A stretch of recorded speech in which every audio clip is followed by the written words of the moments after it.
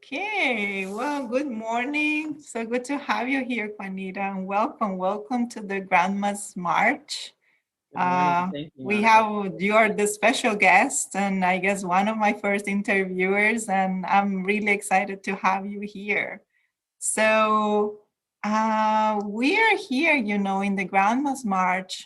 Our purpose here is to really create awareness around the feminine wisdom, our ancestors, the grandmothers, and everything that represents our Mhm. connection to ourselves, to nature, to community, the reciprocity, connection to senses, memories, and I've been following your work and what you do and your story. I don't know a lot about it, but the little bit that I know, I'm just very curious, and I really want us that share your story with us, with everybody that is watching this, and bring your wisdom and everything that you are just doing and your gift to the world. Mhm. So yeah, just tell us a little bit about you right now. Where are you rooted?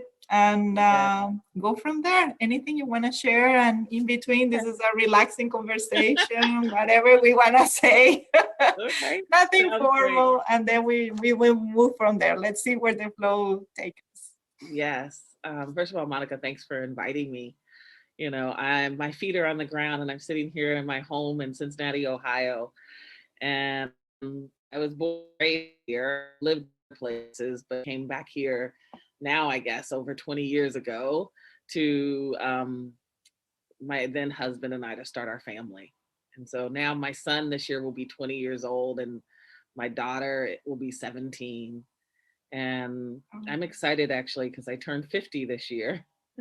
that's exciting. And so, yes, and in the Dagra medicine wheel tradition, I'm a water spirit. And so this is a water year. And Mm. the water element is around forgiveness and reconciliation, bridge building, peacemaking, and the emotions. And so that's some of the medicine that I feel like I bring into the world. And that shows up in all different kinds of ways in my work. And because it can be reconciling the parts within ourselves, reconciling relationships between us, and reconciling, global issues as well. And so reconciliation can happen on different levels, sometimes all at the same time. Um, so it's so funny, I think, when to hear like, tell me your story because you know, I so know we can go and go. yes, it's like okay, we all have so many stories, and I've just been so much aware. I think coming up on my birthday's in May, of how many different stories we live in a lifetime. Mm, it is you true. know and so a friend was talking, we were talking the other day, and she was saying it's like different chapters of your life, right? My grandfather, when he was alive, one of the things he used to say is, he says, the ancestors say you're not grown till you hit 40. And so there's something about my life too before 40 and what I felt like I had and could claim, and what I feel like I have and can claim now in my life. um, some of my story is that my parents were 15 going on 16 when I was born. Wow. And and they hmm, my dad was one who he was in foster care system from 2 to 12, and then was placed back in the home with his mother. And so he hadn't been back long. And the day he found out that my mother was pregnant with me was the same day he found out he was accepted in a program called the ABC program, A Better Chance. And what it did is it took inner city students and placed them in private schools across the country. Wow. And so my dad found out he had been accepted through the program the same day. And he says that that's the first day that he ever remembers thinking about delayed gratification. Oh, wow. And he made the decision to go. He said he decided he could go and do something and make something of himself to be able to support his family better than if he stayed. And I told him once, I said, I think from that decision, even before I was born, what it changed for me in my life was that I've always known in my life, if I wasn't happy with where I was, I could change it. And my dad went on to school. He went on to Cranbrook Kingswood, and then he went to Oberlin College, and then to Ohio State Med School. And he's a cardiologist. He has his own practice now. And I often joke that from being in the medical school when he was in it, you know, while he was studying, running through, making sure all the doors was locked as a kid, and spending lots of time there, that he does cardiology, he does the physical heart. I say, I stayed in the family business. I just do the emotional and spiritual heart. I do the evolution of cardiology than what he does. I love that. And so, you know, that's the reconciliation, the heart work. Yeah. And so my work has come out of my story, I guess. Mhm. My dad is one part of my story. Another part of my story is that my dad and my mom didn't ever get married to each other. They got married to other people. And I'm an incest survivor. And at 15, went to court and pressed charges against my stepfather for sexual abuse. Oh. And so I said I started my healing journey at 15 because at that time, I think there was just something in me that knew if I didn't, I was gonna die. Hmm. And even deciding to go to court was, if I wasn't willing to stand up for myself, then, how could I ever expect anybody else to? And so that's a part of my story too. And that piece, which I think is fascinating, because what it allows me to do, what it has allowed me to do, is to, from a more healed space. Of course, there's still wounds that, I always say, if you're done, you're dead, and maybe not even then, and the healing journey. And so we just, yes, we just keep leaning into it in different, ways. But what it's allowed me to do and be is it's allowed me to show up for people in a way that I wouldn't have had a clue how to hold the ground during those times. There's always a gift for every wound. If you do the healing, you get access to the gift. So often what we do is we stay in the wound, though, and we stay in the suffering of that. Yeah.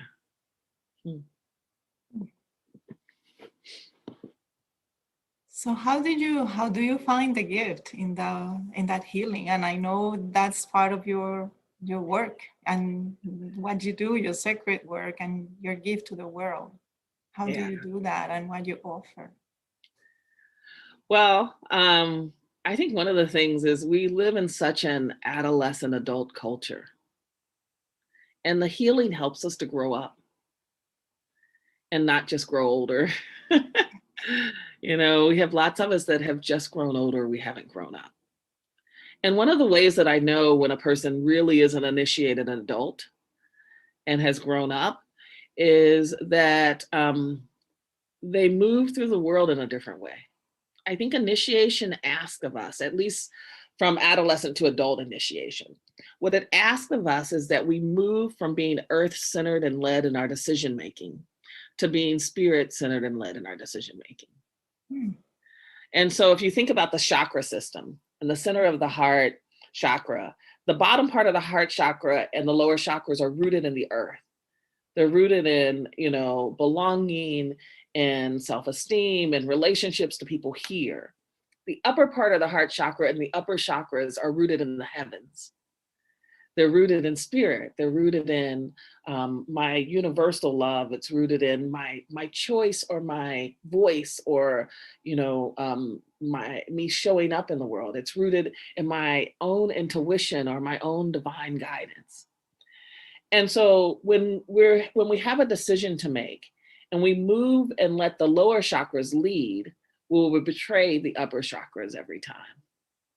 So if I'm worried about money if I'm worried about losing a relationship, if I'm worried about losing a job, if I don't have strong enough self-esteem, I will betray my own voice and my own choice. I will betray my own intuition, and I'll betray my own divine guidance.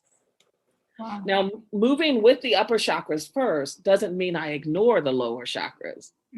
It just doesn't lead in my decision making.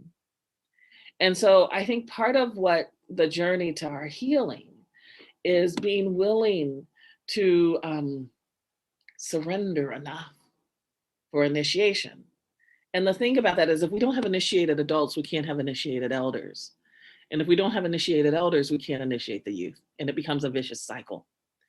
And one of the things that's hard about initiation, and it's some of the work that I'm doing right now with Tennyson Wolf, in a cohort that we're running called Fire and Water. If we don't like have initiated adults or initiated elders, we can't be initiated.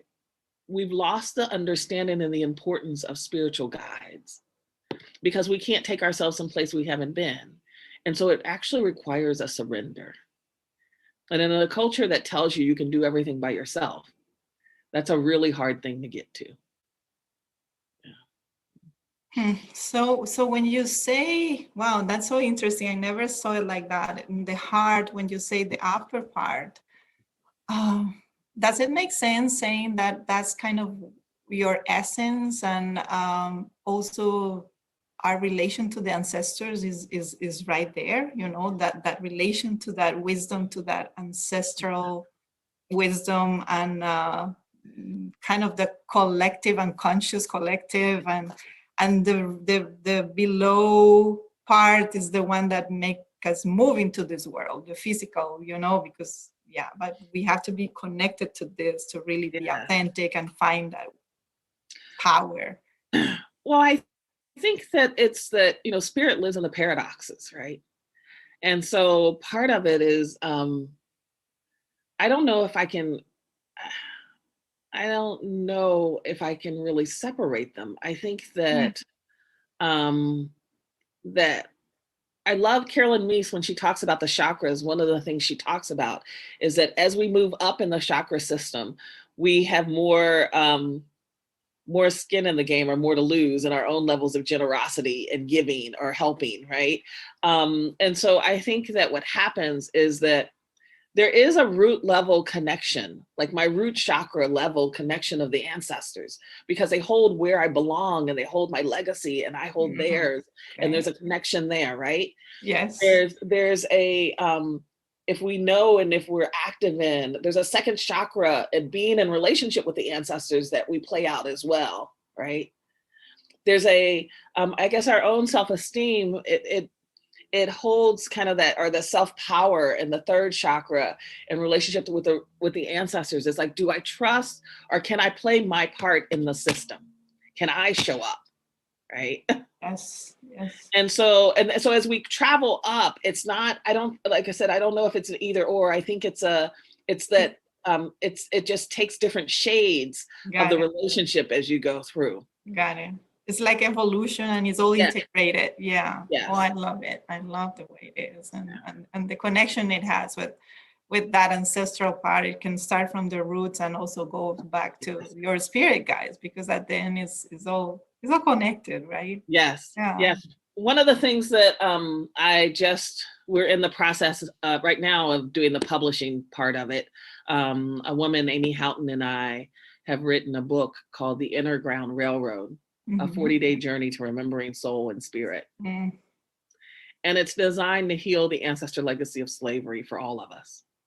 You know, here in the US, one of the biggest misconceptions, I think, around the legacy of slavery is that we think that it's only carried by people of color. But we don't really get that to enslave another, there's a part of you that has to be enslaved as well. And the slave archetype isn't negative or positive. It's just an archetype. It has a shadow and a light. And the shadow side of the slave archetype is being a slave to a person, a thing, or even an idea. But the light side of the slave archetype is being a slave to the divine spirit within. It actually teaches us self-mastery. It's how we find our freedom. So it keeps showing up on the planet because, first of all, we haven't done the grief work to get to the gift, to the wound of the experience. And so when you don't, it has to keep coming until we get the lesson, right? And so as we learn and as we use it and know that we can find that it's there to show us our way. And I think that each of us, one of the things that we misunderstand around maybe diversity, equity, race in the world is that, and freedom, I'll say, that freedom can never be given. It can never be bestowed. It has to be claimed. And the reason I say that is because the inner reflects the outer, and the outer reflects the inner. And so, just like Nelson Mandela, when he got really clear that he was already free, the outer had to eventually catch up with who he was here. Mm-hmm. Wow. You know, you make me remember, I was reading something about the genie keys. I don't know if you heard about those. And there is one of the genie keys, is Gene keys. I'm not sure I'm saying right, but the 44th, it talks about this word called synarchy, comparing versus hierarchy, and what humanity needs to move into is like hierarchy is all embedded in nature and what everything that is in there in the universe, but at the end what is going to give us the freedom is really the synarchy, where everybody is leader on their own life and we can all play together and in a teamwork, and yeah, it's about playing, and that's finally what is going to give us the freedom, what you're saying, because yeah, we're all part of a system, but we can create that system together. And that makes so much sense, because if we go into that process of healing that you're saying, that is a path to some freedom that we want to go, and maybe kind of let that hierarchy, I know, beside us, and maybe find that teamwork of playing together as humanity, which I don't know if that's going to be a path difficult to get there. Again, I think one of the things that we so want to move into the either or, kind of thinking, instead of the yes and, because there are places where hierarchy are important, are needed, right? Yeah. And so for me, it's like one of the things though that came to me recently. I was in a walk with Amy. We're walking through the woods, and of course, nature often, sparks thoughts. And it was this piece that I think we misunderstand dependency. I think, and what came to me is there's really no such thing as independence. It doesn't exist. No. That it actually is a trauma response, I think. Wow. Yeah. I think independence, to think that we ever can do anything alone. Now that doesn't mean that we don't have our own space, or we don't have our own judgments, or we don't have our own things that we're walking, right? Yeah. But I think that we're always dependent. Even just the fact that we're all breathing the same air, we're always dependent on each other and on something and on other and on spirit. Yes. And so if we think about that, if we think there's no such thing as independence, and so we're always dependent, then what I think is true is that when we're in abundance and love, it's interdependence. When we're in fear and scarcity, it's codependence. Got it. And so even I've seen people be codependent with spirit. Yeah. Like this, oh, I better do this, or right. Yeah. Whatever the spirit says. Yes. So we can be codependent with anything, right? So that piece about the dependency of, can we listen? Like, my mother to say to me, my mother died 11 years ago, and one of the things that she would say to me is, "You just expect too much of people." To say, right? And I thought she was right for a long time, until I realized that wasn't the issue at all. The issue wasn't that I expected too much from people. The issue was that I thought I knew who was supposed to fulfill that expectation. And so I hung on to people that I should have let go of. or or I thought they were or I thought I got to choose who we were to each other, instead of, our job isn't to choose, our job is to discover, who are we now? Who do we promise to be with each other in this lifetime? Yeah. What's our contract now? I know who we were yesterday, but is that the same now? Yeah. You No, we're know? changing, and yeah, Yeah. the And there's lots evolution. of people who I would love to be friends with, but that's not our contract this lifetime, Mm-mm. you know? Yeah. And so can we listen deep enough to discover together, Mm. who are we to each other? Yeah.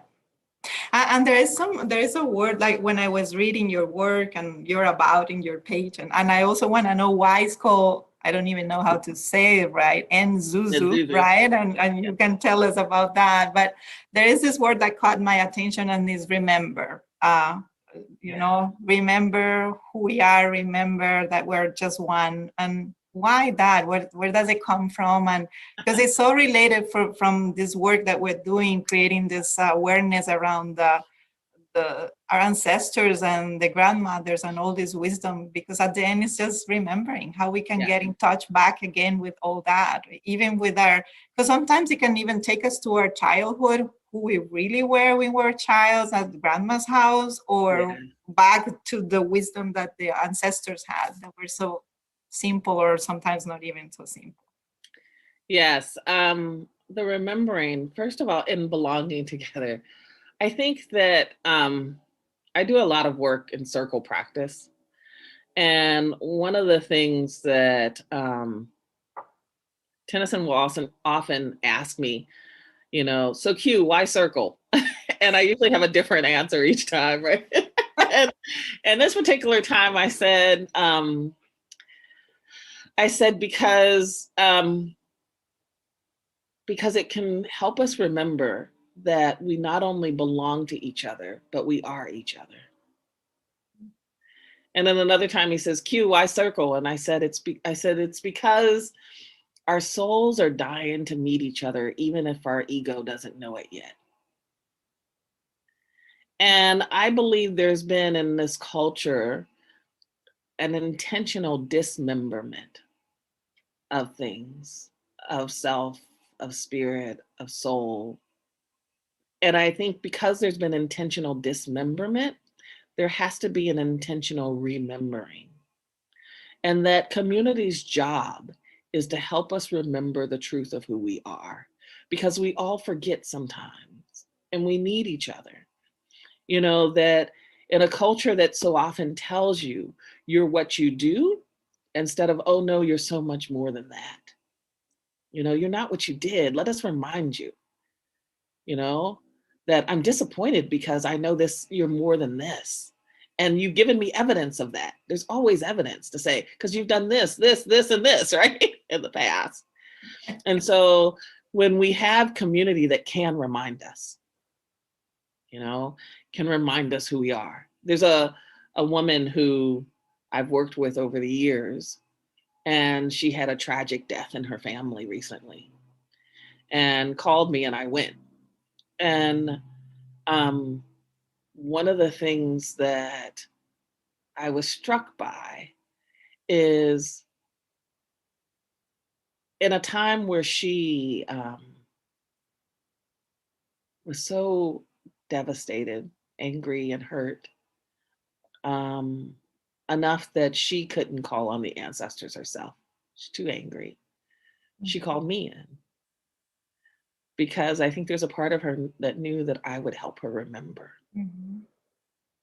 that I would call them for her, you know? Yeah, and that's what's your work about. Help us all remember and healing those traumas, and yeah, connecting Help us again. remember ourselves. Help us Yes. like remember, you know, because what the healing of the trauma does is it helps us to Yeah. become more awake to who we are. Yeah. You know, I think it's fascinating, this pandemic that we've had, because I've said, like, what better gift in a pandemic to give to a culture that has forgotten how to grieve, you know? Like, because like you can't heal if you don't grieve. And when we don't understand that, again, grief isn't even an event, it's a relationship. And so how do we look at and shift our relationship with grief? Yeah. One of the biggest misconceptions I think we have around grief is we think that we all grieve differently. And I don't think it's true. I think we all avoid grief differently. And that story that we all grieve differently gives us permission to not tend to our grief. Wow. Yeah. And grieving is something so, yeah, so human. Actually, what you just remind me that one of the women that I also going to speak here, her name is Marjorie Bray. She's from Scotland. And her work is to collect again all the ancestral chants for grieving that from her culture, Celtic culture, and how grieving was so feminine. The women will get together in the grieving or when somebody passed away, and bringing this really feelings and instinct and a connection to the spiritual guides and everything, and how we lost that. Yes. So yeah, And because my at one the is end, called it whalers. seemed, yeah, The yes, whalers. So the whales and the whale medicine is the singing your song in the world. So it's also about singing. It's yes, the wailing, it's the crying out, right? It's the right, release. And right. I love Martin Prechtel of Mayan descent. One of the things that he talks about around grief is he says grief isn't sadness, grief is release. So when you're grieving the thing that you've lost, we call it grief. But when you're grieving the thing that you've got, we call it praise. He says, because to really know how to praise something, you need to know what would be lost if it was gone. Wow. The other thing I think is that, like, we so think grief requires suffering, but I don't think that's true. I think the suffering is the resistance to the grief. It's not the grief itself. If the grief itself is just sad. but if you don't release, if you don't resist it and just let it flow through, then it's okay. But I think so often the reason we don't let it just flow through is because we think we can grieve alone. Yeah. And grief requires community.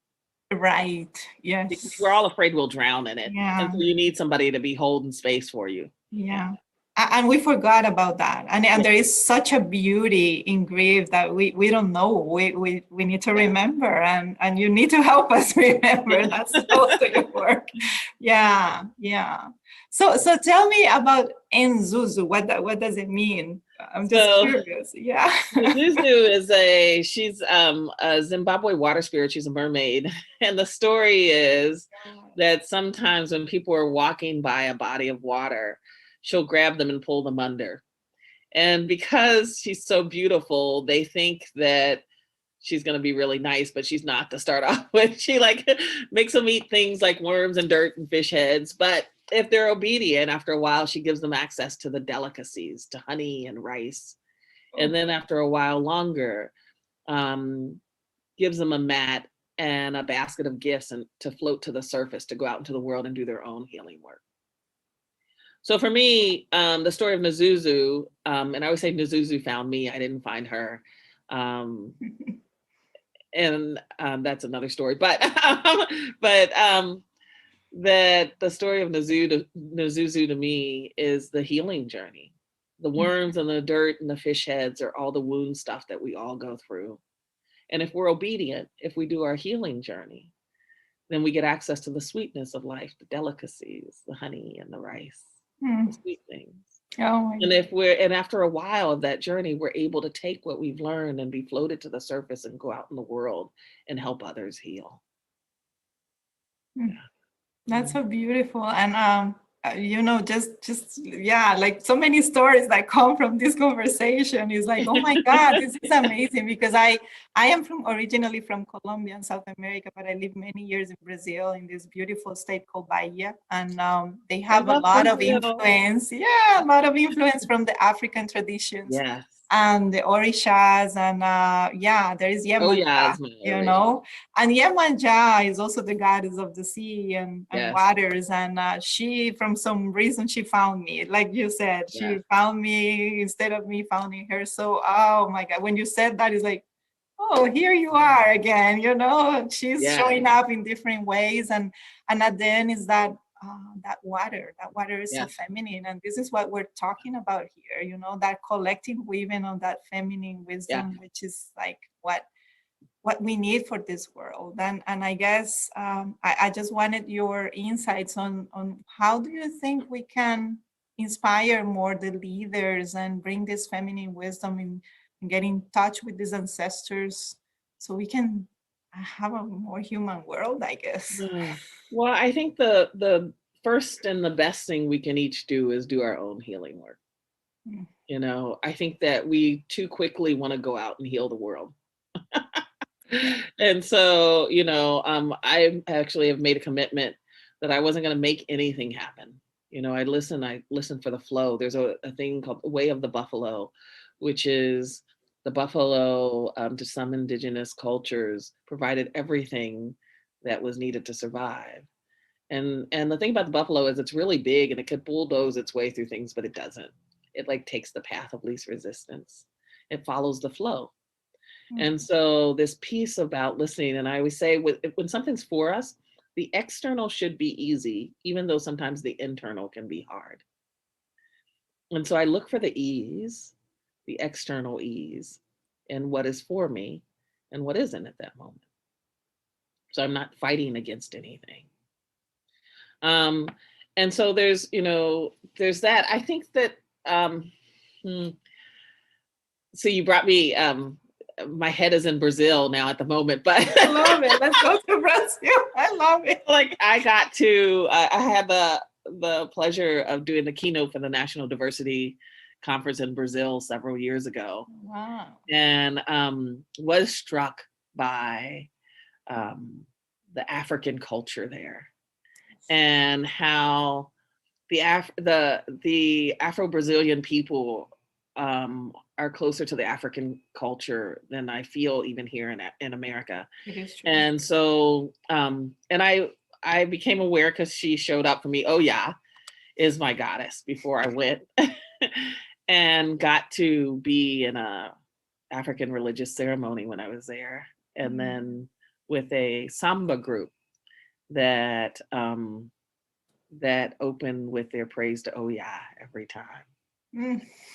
And so, you know, this piece and that whole trip too was following the breadcrumbs, right? I call them spiritual breadcrumbs, that things show up and people will offer things. And one of the things though, when the healing comes up, I think what trips most of us up is the ego doesn't want to lose control or power. So it immediately will bring something up to block it. And you know, I tell people I'm always afraid. Like, you know, I think people sometimes think you get to a point where, and I don't know if that'll go away at some point with me, but if I'm afraid, actually, I'm probably more likely to do something than not. Because I know I've learned for myself that if the fear is coming up, it often for me, it's because there's something for me on the other side. And this whole idea of fear, instead of as a warning, seeing fear as an invitation, you know, and leaning into it more. And so I think that's part of how for each of us to look at what in our life enslaves us, people, things, ideas, and how do we lean into breaking free of those things, you know, and the sharing with the world and the influence on the world will come. We don't have to make it happen. Yeah. I think we just have to do our part, and We have to do our part. yeah, right. Just do Yeah, our we have to part. show up. We have to show up and participate, you know, and like our Fire and Water Leadership Rites of Passage cohort. I had been, the way it came about a bit was people have been asking me for a while to do if they could apprentice or do some work, and I'm like, I don't know what that looks like, right? Like I said, because I think a part of me was clear, like I can't, my job isn't to train anybody to be me, right? So like, Right. and so I hadn't done anything because I didn't know what it looked like. And then there was a week where two groups of two different people came to my house that week, and we're sitting, one for dinner, another one just in a conversation, all people of color. And both of them, when they were leaving, said something to the effect, it's time to start sharing the medicine. And so I'm like, okay, so what does this look like? And I got like that it needed to be, how do I invite people more into themselves? And initiation does that. And so we were talking about leadership, Tennyson and I called Tennyson and I said, okay, I want to do this leadership rites of passage program for adults, because we don't have a lack of leaders in this world. Leadership just means people are following you. It says nothing about where you're taking them. We have a lack of wise leaders. And how do you grow wisdom? You grow wisdom through initiation. And so we put together a 16-month leadership rites of passage cohort for adults. We finished our first cohort in November. And one of the things I love, we took 16 people through, is they're still continuing to meet even now. And so we decided to do a second one. And we opened up application process for the second one that starts this month. And we had 24 spots, we decided, and we got 42 applications. Wow. Yeah. And again, we weren't like, I think we did 2 info sessions, one that had 5 people in it, and one like 12 people, right? So we weren't like pushing, we're posting some of what the people who've been in the program had said about the program, and sharing that with the community. And what we decided, because so many amazing people all across in these different sectors have shown up to do this, and we decided we'll start a second cohort in August. Oh, wow. So this year we'll have 2 going to give the people who we couldn't, or who we decided not to expand the program and make it bigger because we want the intimacy of the 24. Yeah. But that we could hold another group, and there'll be an overlap of about 10 months. That sounds amazing. It's like, I want to be part of that. Yes. Well, another thing that I think is pretty, kind of innovative, I guess, on our part around the program is that when we decided to do this initiation rites of passage for adults, I said to Tennyson, I said, one of the problems though, initiation typically is done culturally specific all around the globe, but here in the US, we have a diverse culture. It's not like, so how do you do a culturally specific diverse initiation? And so what we decided is that we do ancestral DNA. So at the very beginning, everybody gets a DNA kit. That's awesome. And then they get to find out their lineage, and they get to choose which lineage they want to dive deeper into while they're in the program. Wow. So we can do that side by side and learn more about ourselves and each other in the journey. That's amazing. I love it.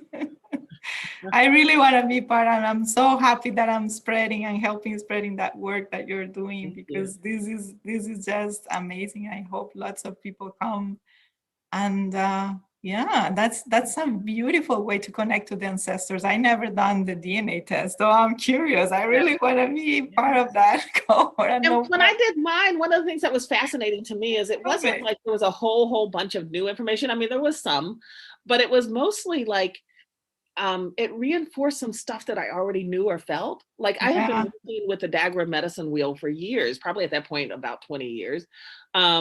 And to find out that my ancestor lineage is from that area, like I didn't know. Again, it was one of those things that found me and not the other way around, right? So there's things that we know that we don't know we know. Right. That we're drawn to. Or my daughter, who was obsessed with Ireland. Like when she was, she like wanted her room decorated when she was like 7, right? Wanted her room decorated with leprechauns, and wanted she asked her grandfather, because she found out a babysitter got dual citizenship, asked her grandfather, who does tons of genealogy stuff, if she was eligible to get dual citizenship. She at probably about 12 contacted the Irish Heritage Museum and went on St. Patrick's Day and taught younger kids, and she sewed an Irish flag, and found out she's 10% Irish when she got her DNA kit back. So she was a little upset that her brother was I think 12% and she was only 10, but It's amazing. And and the more we search into that, this project started all inspiring my grandmothers. This is why I started searching for my own story for my grandmas, that they were amazing. And there is a lot that we can go on and on and on. And that's, I guess this is an invitation to everybody to do that, because there is so much healing. There is so much of just understanding who really we are, and getting in touch with ourselves, and then when we know that, we just have to show up. Like you say, as being here with with this conversation with you, we had a bunch of questions, and I sent you, and let's let's go with Yeah. the flow, and let's show up and see what it comes. And it's been Yeah. this amazing weaving. So Yeah. I really wanna thank you for being here. I know I can keep going and going, but yeah, we already been talking like 45 minutes, Oh so my I goodness. guess is Yes. good for We everybody can to know save it your for another story. time. I know, yeah, we can share. And that, like you say at the beginning, what story I'm gonna tell today? So many Yes. stories. Love doing this, and thank you so much. Really, thank you so much Thank you for for the showing invitation. up, for being here, for sharing your story, and for being who you are. Just the work that you're doing is just touching everybody, and especially the leaders, and that's what we need. Those leaders are more wise leaders Mm. to the world. Thank you very much. I so appreciate it. In our work, what we say is we're trying to cultivate wise, soulful leaders in the world. Yes, that's what we need. Thank you, and have a great rest of the day. You too. Bye.